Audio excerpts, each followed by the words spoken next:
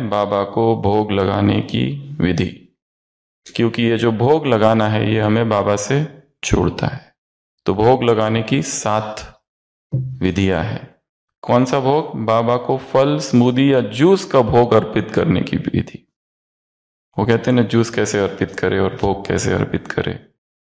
Step number 1, एक पवित्र स्थान चुने। एक ऐसा स्थान अपने घर में हो, या आप अगर भोजन नहीं भी बनाते हो तो एक स्थान फिक्स रखना है कि जहाँ बैठ के हम भोजन करें तो बहुत अच्छा।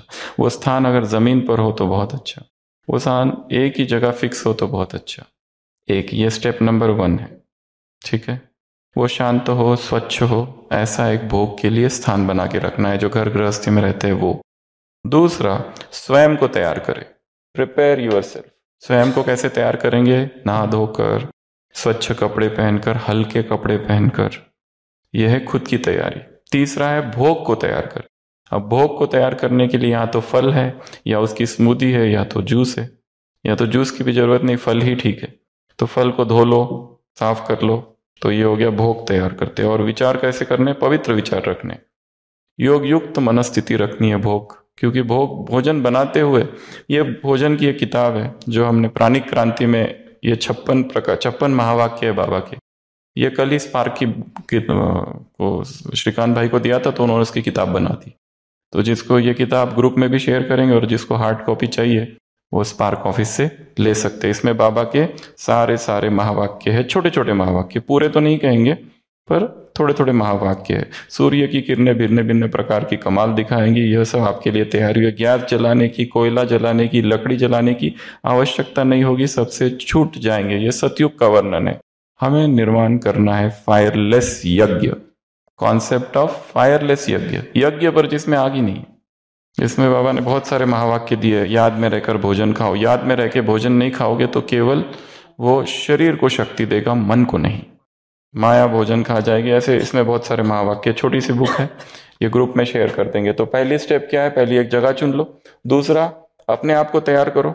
आप दोपहर में भी भोजन करते हो तो थोड़ा सा तैयार कर लो खुद को, हाथ धोकर, मुंह पे पानी लगाकर। तीसरा, भोग को तैयार करो।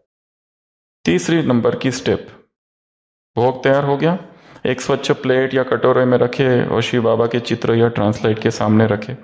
उसके बाद में याद में बैठ जाओ। उसके बाद क्या करना है? याद में बैठ जाओ। कल्पना करना है कि मैं बाबा को भोग स्वीकार कर रहा हूं। 5वां, भोग अर्पित करते हुए की स्टेप। इसमें एक वाक्य बाबा के लिए दोहराना है। हम कहेंगे, हमारे पीछे आप कहेंगे, बाबा मैंने यह भोग आपके लिए प्रेम पूर्वक तैयार किया है, आप इसे प्रेम पूर्वक स्वीकार करें और अपने दिव्य वरदानों और ईश्वरीय शक्तियों से इसे भर दे।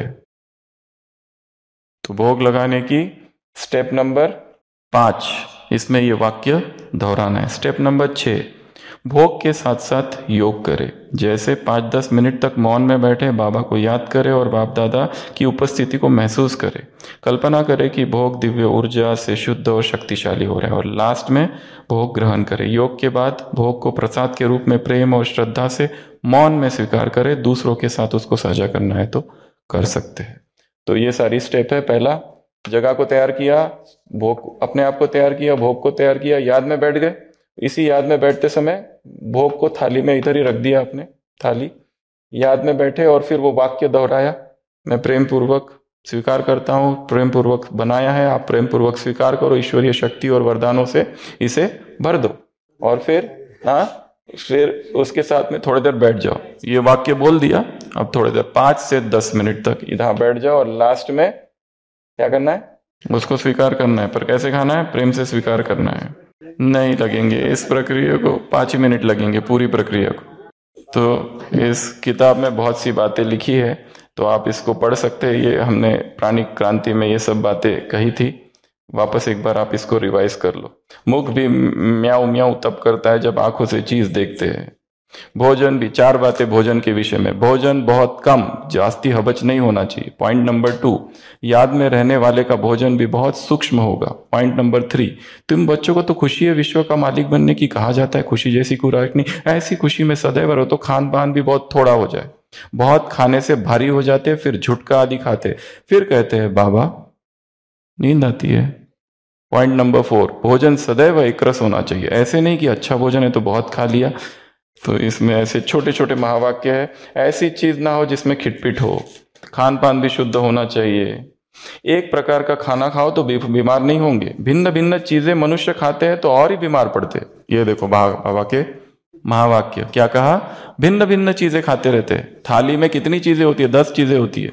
दाल रोटी भिन्न भिन्न चीजें खाते फिर भी बीमार पड़ते हो। सदैव याद में रहकर बनाया हुआ भोजन ब्रह्मा भोजन खाने वाले ऐसे पक्के।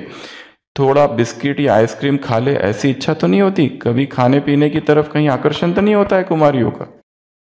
ये महावाक्य है। सदा साधारण रहना है, ना बहुत ऊंचा ना बहुत नीचा। ओम शांति।